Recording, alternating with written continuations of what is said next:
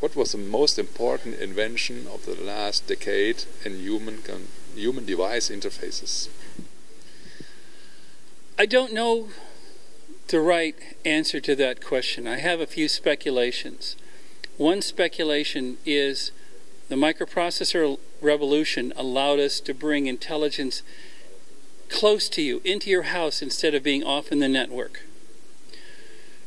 The second invention, well, inventions that are happening now are the networking of things, so the devices can individually be aware and then perhaps, God help us, communicate with each other.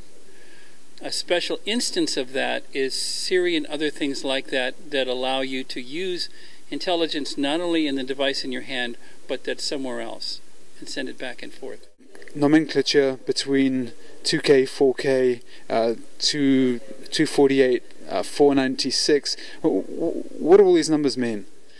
Well, the difference between the engineering, math, and marketing people, we use 4096 by 2160 when we make movies, and that is the standard for SMPTE, ITU, and basically the world.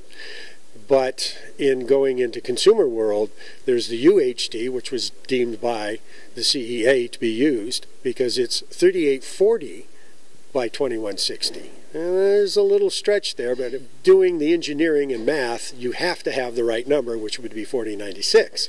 But because it's easy to manufacture displays and hardware, because it's basically 4 times HD, comes out to 3840 by 2160. So it's a number that comes up because of it's easy for consumer manufacturers to produce hardware that way, and the CEA recognized that. So to avoid the confusion, they said it's Ultra HD, and not really to say anything else, because it's not 4K, it's 3840. If you're inventing new user interfaces, you also think of, in terms of psychology of usability, you think of how you can construct this interface so that people are satisfied by using it or not. Can you apply your systems to develop such kind of systems? Absolutely. We never ever do any development without doing iterative user-centered design. So I work closely with our designer, Asta Roseway, and all the other various people on our team, of whom there are many that we couldn't do this work without, to make sure that each iteration of the design, I think you saw with the doctor's display, how many times we had to redesign that so that it was acceptable for being in a doctor's patient observation room. So in all of these technologies, you always need to do an iterative approach, making sure that it's appropriate, it's effective, it's actually solving a problem that the user has, instead of creating more trouble, and hopefully something that the user finds very effective as well.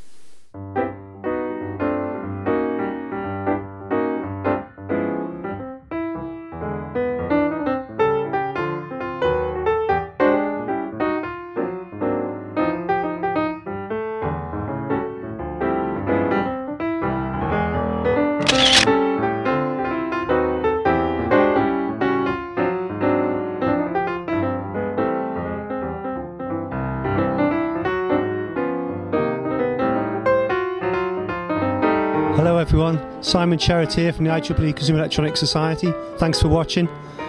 We're here with Stefan Mozar, who is the new president of the Consumer Electronics Society.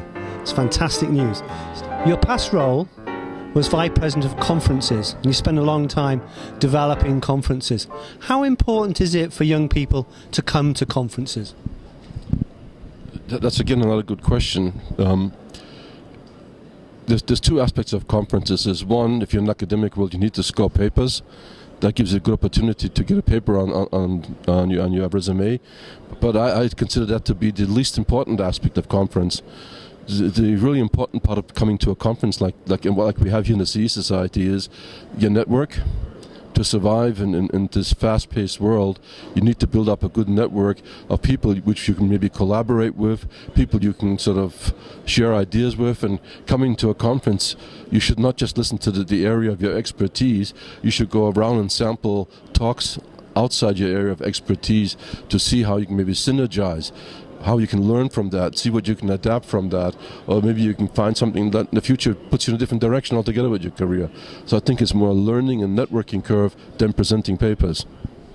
Maybe, do you have any comments on what young engineers should really know about before they start entering their career? I think it's very important that they learn how to be creative, and curiosity is a big part of it.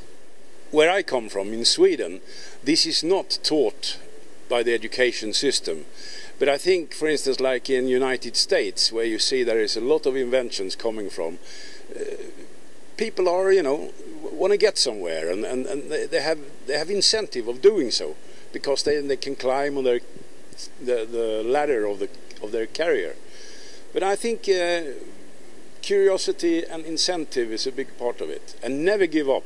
In particular, not to the naysayers. So I think what is also important is that you work on something that you really like. So in something you really appreciate. I think almost everybody in our company was somehow a musician. Even you were a professional musician for some time. Yes. Most of us were hobbyists, but we were really passionate about music and about technology. So to combine these two passions, this is what really made the difference. Very true. I'd like to talk to you a little bit about young engineers. We've got a lot of young engineers here, and even Tom, you came to ICCE many years ago as a young engineer. Maybe if you can tell us a little bit about why would a young engineer come to ICCE, and how can ICCE perhaps help somebody's career? Maybe even reflect on your own. Certainly, thank you, Simon. I first came to a Consumer Electronics Society conference in Dallas about 5 years ago when I was working on my PhD, and of course, like every PhD student, the goal is to publish papers. So that was my primary motivation for going there. But the people I met there have become a kind of extended family to me, and people I look forward to seeing at least once a year in Las Vegas for the ICCE. And these are not only colleagues but friends now. Thank you. Actually, I remember the Dallas conference chaired by Will Lumpkins. Once you meet Will, you never forget.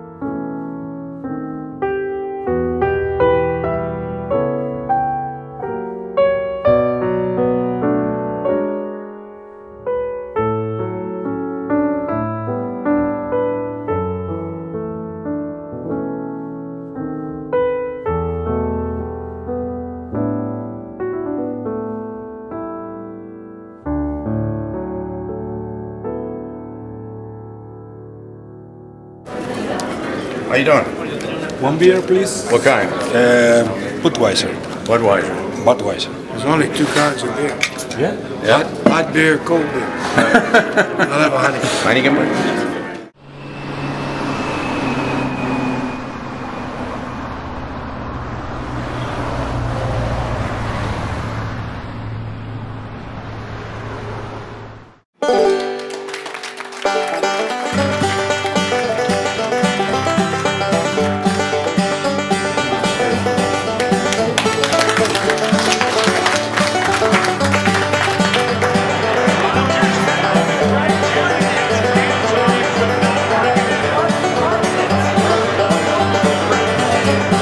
Really don't matter at the moment. I just want you guys to get a feel for what the chips are going to be like when you handle them.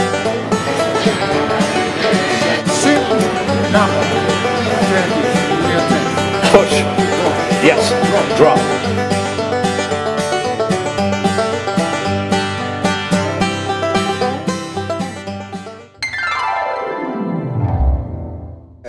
The conference is fantastic. Very good. The organization. My friend Tom has made a fantastic work with the program, and everything is okay. Now, with a lot of people drinking a beer, is a nice moment. Dietmar Hepper, you're a regular at these conferences. What is it that brings you back every year? Calories. No, you won't get anything serious out of me today, so it's too late. Okay, it's too late. So the jet lag's really kicking in. Yeah, the jet lag and the wonderful conference, all the people. Well, the major thing is it's nice to see the family again. So it's like a family meeting. You come here every year, and it's a good opportunity to network, to talk to people you know for a few years, for many years. This time I met a person again whom I met 30 years ago in Hanover. So that was really great. You were here last year, you're here this year. Very much hoping to see you next year. Is that likely? Well, yeah, if I'm still at university, still doing research, I will certainly write a paper, that's for sure. Well, good luck with the rest of your PhD. Thank you. Scott, what is it that brings you back year after year? The network. There's a great group of people. Normally you see the same people very often quite a few times, and you end up developing fantastic networks. Wai Ji Fang, this isn't the first time you've been to ICC, is it? Tell me, how many years have you been here? I've been here for 5 years, a successive 5 years. What is it that keeps you coming back? Good people, good program, and very good food.